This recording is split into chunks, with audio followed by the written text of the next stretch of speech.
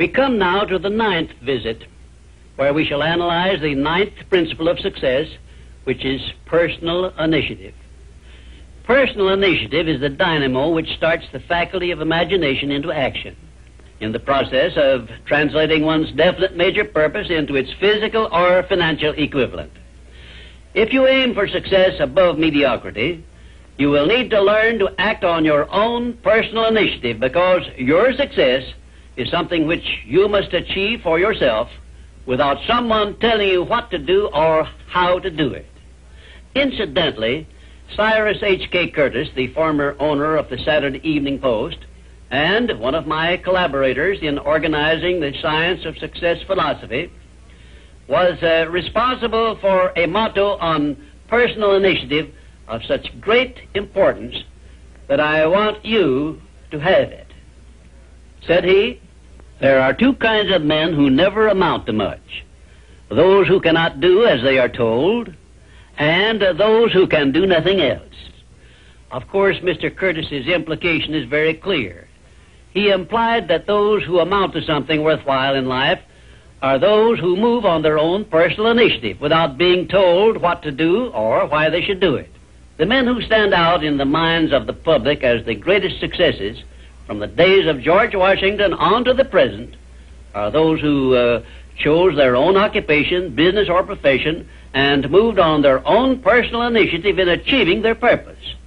And those who are getting ahead most rapidly today, no matter in what position they began, are those who promote themselves to a higher place in life by acting on their own personal initiative.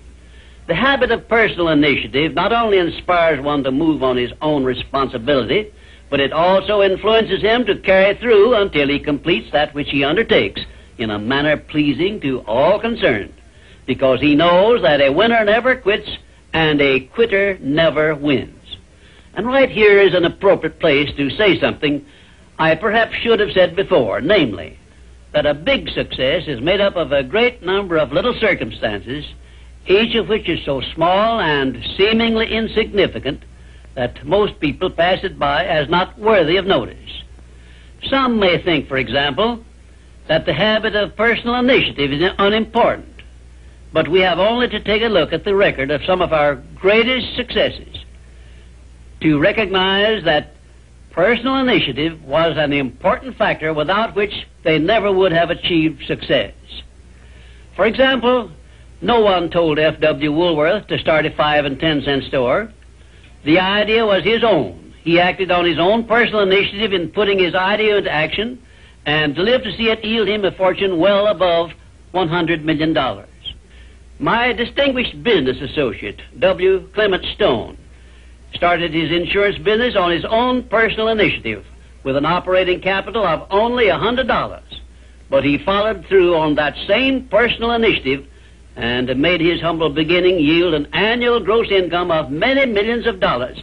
And it was that same habit of acting on his own personal initiative, of doing the thing he wanted to do, which inspired Mr. Stone to join forces with me in taking the Science of Success philosophy to millions of people throughout the world, an undertaking which it is believed may help more people to find their places in the world than has any other influence during the past 100 years. The habit of personal initiative was the chief trait which helped Henry J. Kaiser to build a great industrial empire and raise himself to a high position in the industrial world. It was this trait of personal initiative which inspired Mr. Kaiser to pile up such an enormous record in the building of ships during World War II, despite the fact that he had never built ships before.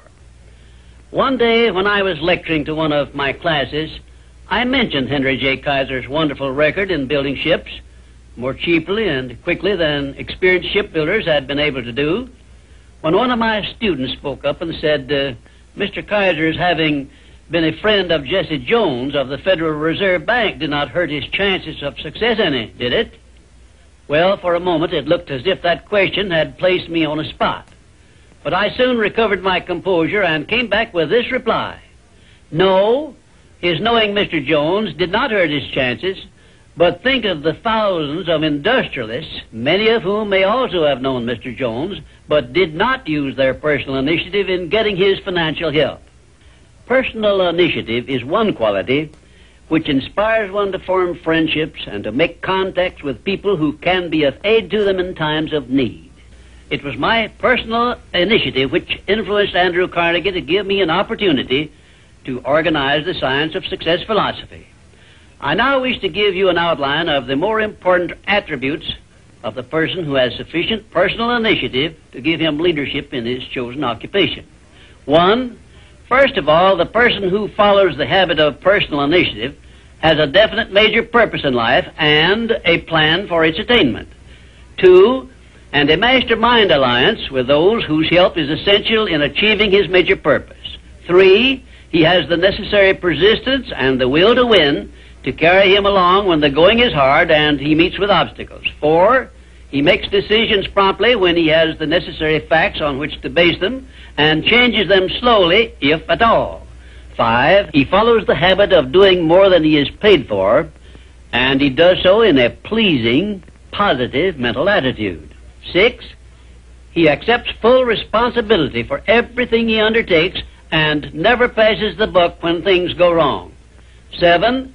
He can take friendly criticism without resentment because he has learned to profit by it. 8. He knows what the 9 basic motives are which inspire all human endeavors and never requests anyone to do anything for him without giving that person an adequate motive for doing so. 9.